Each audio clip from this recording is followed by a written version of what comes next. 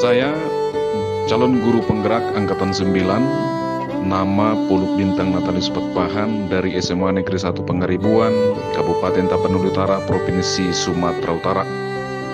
Koneksi antar materi, kesimpulan dan refleksi dari modul 11A8.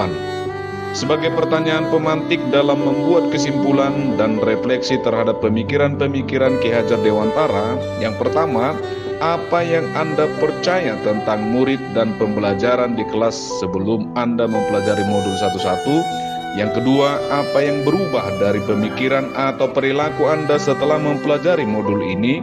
Yang ketiga, apa yang dapat segera Anda terapkan lebih baik agar kelas Anda mencerminkan pemikiran Ki Hajar Dewantara?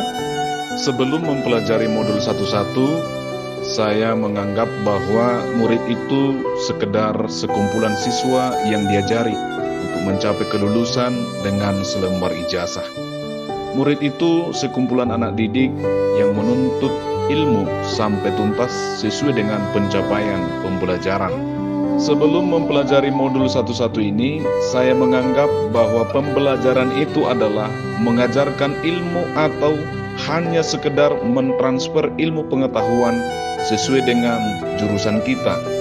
Selama tuntutan kurikulum tercapai, dan inilah menunjukkan kita telah berhasil sebagai seorang guru. Terlebih kita dianggap sosok yang disegani, ditakuti oleh murid. Saat itulah kita merasa guru sejati. Akan tetapi, setelah berselancar di lautan LMS ini di modul 11, maka semuanya pola pikir saya itu berubah, di mana murid itu ibarat biji padi yang ingin disamaikan. Setelah disamaikan, dirawat dengan dipupuk, membersihkan dari gulma, serta mengatur pengairan agar pertumbuhannya baik.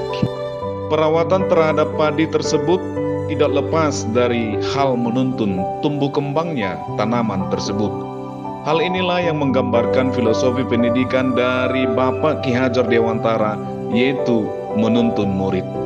Menuntun segala kodrat yang ada pada anak didik agar mencapai keselamatan dan kebahagiaan yang setinggi-tingginya. Maka makna menuntun tersebut tujuan dari pendidikan yang dimaksud oleh Ki Hajar Dewantara. Secara sosiokultur, istilah menuntun di daerah saya adalah marmahani, atau seorang penggembala yang dengan setia menjaga, mengawasi, serta membawa gembalaannya ke padang rumput yang hijau dan ke air yang sejuk.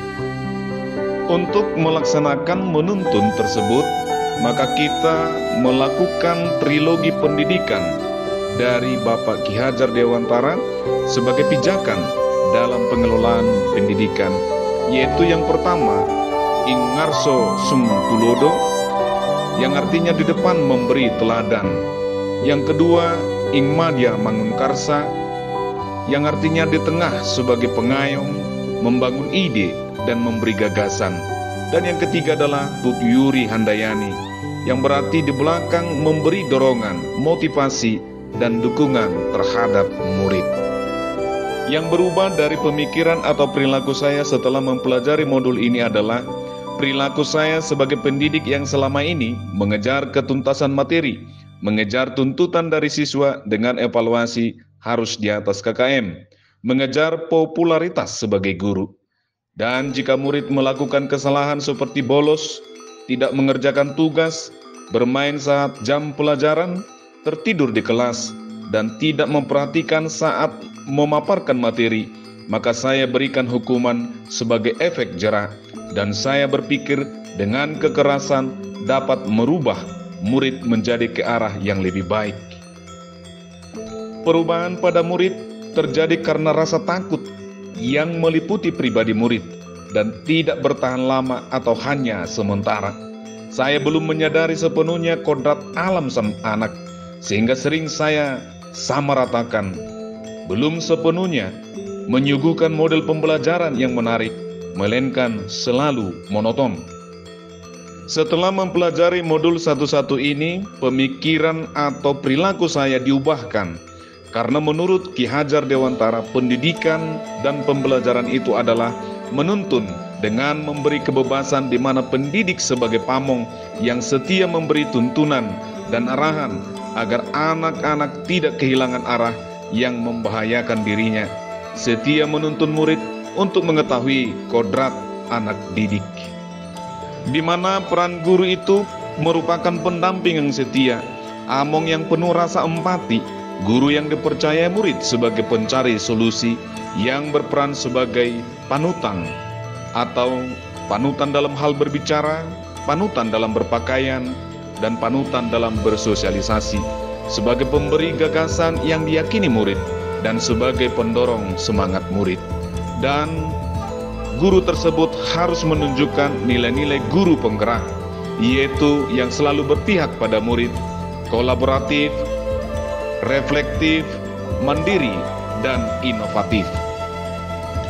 Yang dapat segera saya terapkan lebih baik agar kelak saya mencerminkan pemikiran Ki Hajar Dewantara adalah berubah yang dimulai dari diri sendiri, lebih sabar dalam membimbing, mengenali lebih dalam karakter dan latar belakang murid, keluarganya atau lingkungannya, dengan berkolaborasi dengan orang tua murid, lebih bersabar untuk menggali identitas, yaitu nilai-nilai, keyakinan, kepercayaan, pola pikir dari murid yang tertanam oleh lingkungan, mengangkatnya menjadi perilaku, kebiasaan, atau menjadi karakter.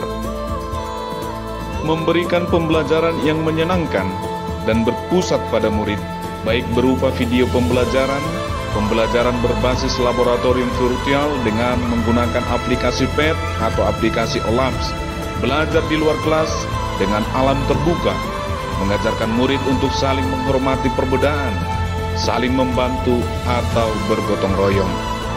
Dan selanjutnya saya akan menerapkan 5S, yaitu senyum, sapa, salam, sopan, santun dalam setiap pembelajaran dan pertemuan. Demikianlah pemaparan saya dalam video ini sebagai koneksi antar materi, kesimpulan, dan refleksi dari pemikiran Bapak Ki Hajar Dewantara pada modul 11. Semoga bermanfaat. Salam Guru Penggerak.